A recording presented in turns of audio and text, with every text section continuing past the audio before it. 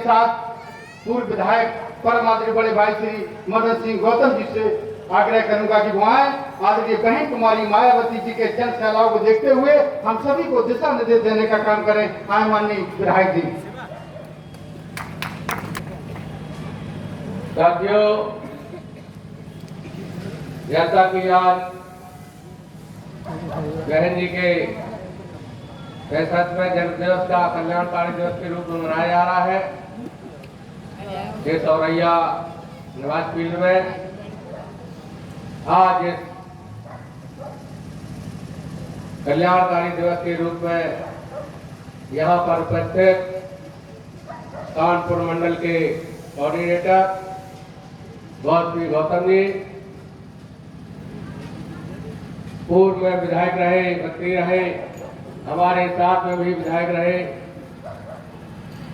बड़े भाई रामजी शुक्ला जी, उनके छोटे भाई राजीव शुक्ला जी और मंच पर बैठे हुए लाल दुबे जी, जिला अध्यक्ष निगम जी, संचालक जी और तमाम मंच पर बैठे हुए सभी सम्मानित नेतागण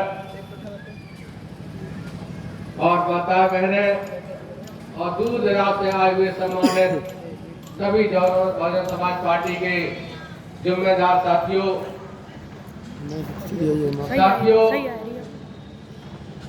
आज बड़ी खुशी की बात है कि हमारी बहन जी का जन्मदिन है। बहन जी का आदेश आया कि जन कल्याणकारी के रूप में यह दिवस मनाया जाए, जो कि देख रहे किसानों की 50 दिन से वहां पर लोग बैठे हैं, ये सरकार कुछ नहीं सुन रही है। इसीलिए बहन जी ने उनको साधारण जन कल्याणकारी के रूप में मनाया है और दूर दराज से आए हुए हमारे ऐसे मौसम में भी बड़ी भारी तादाद में यहाँ लोग आए हैं। साथियों, आपने देखा है कि बहुजन समाज पार्टी में सर्व समाज का सम्मान होता है। जब जब बहुजन समाज पार्टी की सरकार बनी, हर समाज को सम्मान मिला है। साथियों, जो मौजूदा सरकार है उसने हमारी इस देश की, इस प्रदेश की जनता को गुमराह करके वोट ले लिया। साथियों, ज्यादातर हमारे जो बीसी बैकवर्ड क्लास के लोग हैं उन्हें भ्रमित किया। आने वाले समय में जब चुनाव चल रहा था, कहीं केशव प्रसाद मौर्य मुख्यमंत्री बनेंगे, कहीं कल्याण सिंह राजपूत बनेंगे, कहीं वो पाल साहब बनेंगे। तो साथियों, गांव गांव में जाके हमारे बैकवर्ड भाइयों को गुमराह किया। और साथियों, जब सरकार तुमने बनवा दी तब कौन मुख्यमंत्री बना सब लोग जानते हैं। इसलिए साथियों, ये सरकार आपका नुकसान नहीं कर रही है, आपकी आने वाली पीढ़ी का भी नुकसान हो रहा है। सर्व समाज के लोग अच्छी तरह से समझ लें कि साथियों, आरक्षण की जब बात आती है तो सरकार कहती है हम आरक्षण खत्म नहीं कर रहे, लेकिन साथियों, सारे के सारे विभाग जब ये प्राइवेट करते तो आरक्षण की बात कर रही। जब तुम्हारा आरक्षण, जब तुम्हें सरकारी नौकरी ही नहीं निकलेगी तो आरक्षण कहां से मिलेगा? तो साथियों, समझ लो कि तुम्हारा आरक्षण 100% खत्म कर रही है। साथियों, अभी मैंने एक पेपर में सुना था, पढ़ा था कि MBBS ये कॉलेजों में ना BC का आरक्षण रहा है और ना SC का आरक्षण रहा है। साथियों, जब आरक्षण में हमारा बच्चा पढ़ करके डॉक्टर बनता था तो 2-4 लाख रुपए खर्च होते थे, और अब प्राइवेट में जाएगा तो 1 करोड़ रुपए चाहिए। तो आपके गरीब का बच्चा कोई अब डॉक्टर इंजीनियर नहीं बन पाएगा। तो साथियों, हम अगर वोट डालते हैं, वोट डालते समय केवल देखें कि कौन सी पार्टी मेरा हित करेगी और नहीं तो आने वाले हम अपना नुकसान नहीं करते हैं, आने वाली पीढ़ी के लिए नुकसान हो रहा है। आपकी जो आने वाली पीढ़ी है वो बहुत परेशान हो जाएगी। जब से ये सरकार बनी है कम से कम 100 साल पीछे ये देश इस प्रदेश चला गया है। इसलिए साथियों, कहीं तो कहते हैं किसान गुमराह कर दिया कि हम तुम्हें 6000 रुपए साल देते हैं।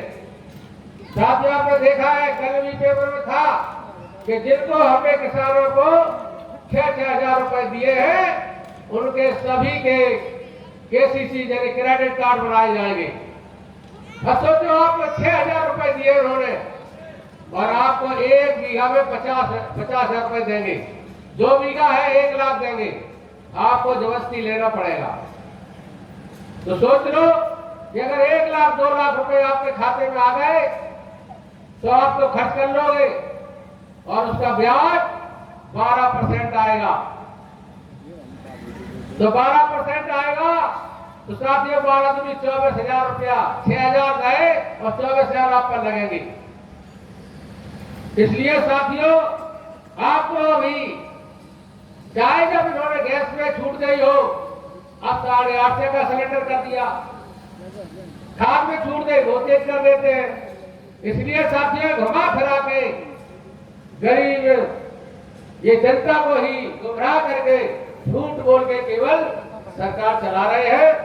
इसलिए साथियों, आने वाले समय में अभी कृषि चुनाव, पंचायत चुनाव आ रहे हैं, तो साथियों मैं कहना चाहूंगा कि जब बहुजन समाज पार्टी की सरकार चलती थी तो आपके कोई थाने का काम हो, चाहे ब्लॉक का काम हो, चाहे जिले का काम हो, आपका सेक्टर अध्यक्ष, आपका विधानसभा अध्यक्ष, आपका छोटे से छोटे कार्यकर्ता अगर अधिकारी से बात करता था तो सरकारी की हिम्मत नहीं कि वो काम न करे। सम्मान आपको सम्मान देता था और काम करता था। लेकिन साथियों, आज वर्तमान में जो सरकार चल रही है उसके नेता भी कुछ काम नहीं करा पाते हैं। और साथियों, ये जब वोट मांग रहे थे तब सब समाज को गुमराह किया था कि बहुजन समाज पार्टी ने तो केवल एक समाज के लिए काम किया है और कहीं कह रहे थे फला के लिए काम किया है। तो साथियों, बहुजन समाज पार्टी ने सर्व समाज को काम किया था। और सही बात रही जा कि सबसे ज्यादा अगर सम्मान मिला था तो ब्राह्मण समाज को मिला था। और ब्राह्मण समाज के इतने मंत्री थे और हम तो सुनते हैं, लोग कहते हैं कि भैया हम तो ठगे एक बार। जो बुद्धिजीवी ब्राह्मण समाज के लोग हम इस बात को एहसास कर रहे हैं कि हमने जिन्हें वोट दिया, जिन्हें सरकार बनाई, उन्होंने तो मेरा केवल उत्पीड़न किया है। और बहुजन समाज पार्टी में हम वोट दो तो सबको ठेकेदारी मेरी हती, दोहरे समाज को कर दिए, वो तो जहाँ में खुश है, हमारी बेटी मुख्यमंत्री है, बस इतने खुश रहता है। तो साथियों, हम तो आप लोगों को अपने साथ लेना चाहते हैं। आप लोग हमारे साथ होंगे, आपका सम्मान होगा। और साथियों, आने वाला जो प्रधानी का चुनाव है, बीडीसी का है, चाहे जिला पंचायत का हो, आप अपने गांव में जिसे प्रधान बनाने जा रहे हैं ये देख लेना कि हम जिसे प्रधान बनाने जा रहे हैं ये 2022 में हमें वोट करेगा कि नहीं करेगा। क्योंकि तुम्हारे तो 22% केवल प्रधान बनेंगे, बताया कि 27 मेहमान बनेंगे और सामान बनेंगे। तो जिसे भी आप बहुजन समाज पार्टी के लोग, जो सर्व समाज के बहुजन समाज पार्टी के लोग कहलाते हैं, वो अगर प्रधान बनाए तो उसे तय कर लेना और देख लेना कि जो तुम्हारे 2022 में बहुजन समाज और बहन जी मायावती के हाथों को मजबूत करे, उसे ही आप प्रधान बनाना, उसे ही बीडीसी मेंबर बनाना, उसे ही जिला पंचायत सदस्य बनाना। और जब जिला पंचायत सदस्य और बीडीसी मेंबर बन के आ जाएंगे तो साथियों, फिर आप लोगों को भरोसा दिलाता हूं कि हमारे सेक्टर मंडल प्रभारी जी और सभी पदाधिकारी आपको ऐसा जिला पंचायत अध्यक्ष देंगे जो बहुजन समाज पार्टी का वरिष्ठ कार्यकर्ता होगा, वही आपका जिला पंचायत अध्यक्ष बनेगा अगर आपने सदस्य जिता लिए। इसी प्रकार हर एक ब्लॉक में ब्लॉक प्रमुख भी तुम्हारा वही होगा। हम लोग बैठ के मंत्र करेंगे और सेक्टर प्रभारी और हमारे बहुत भी गौतम बहुत आज उन्होंने देखा, हमने देखा है कि गौतम जी बहुत मेहनत करते हैं। सही बात है कि गौतम इतनी मेहनत करते हैं। शाम को भी आया था मैं, तब देखा तक सारी बारीकी से अपने देखते हैं। तो इसलिए साथियों, जब आपका नेता वर्कर अच्छा होता है तो आपको किसी को परेशानी नहीं होती है। और साथियों, आने वाले चुनाव में आपको केवल एक ही आप वो भी भ्रम दूर कर दें कि साथियों, जैसे मिलेगा टिकट एक को जिला पंचायत का, दूसरा अगर कोई आदमी झंडा नहीं लगाएगा उसका। ये हमारे सरकारी जी का भी कहना है कि अब ये वोट कहने लगते हमें मिला हमें मिला, ऐसा नहीं होगा। जिसका भी नाम चयनित हो जाएगा कमेटी में, वही केवल प्रत्याशी माना जाएगा। और जिसे मौका नहीं मिलेगा, आगे तमाम है। जब सरकार आप बना लेते हैं तो बहुत सारे सब नेता बन जाते हैं, सब बीडीसी मेंबर होते हो, आप लोग सब जिला पंचायत सदस्य भी हो गए। जब आपकी सरकार बनती है तो सारे विकास के काम आपके यहाँ पे होते हैं। और जब बहन जी की सरकार बनी है तो देखा आपने एक एक गांव में आपने देखा कि और सरकारें रही हो तो उन्होंने अपने गांव की योजना चलाई। तो कोनो गांव में 200 मीटर सड़क बन गई, कोनो गांव में 100 मीटर बनी, कोनो 50 बनी। लेकिन जब बहुजन समाज पार्टी की बहन जी ने जब सरकार बनाई थी, जब वो काम देती थी तो पूरे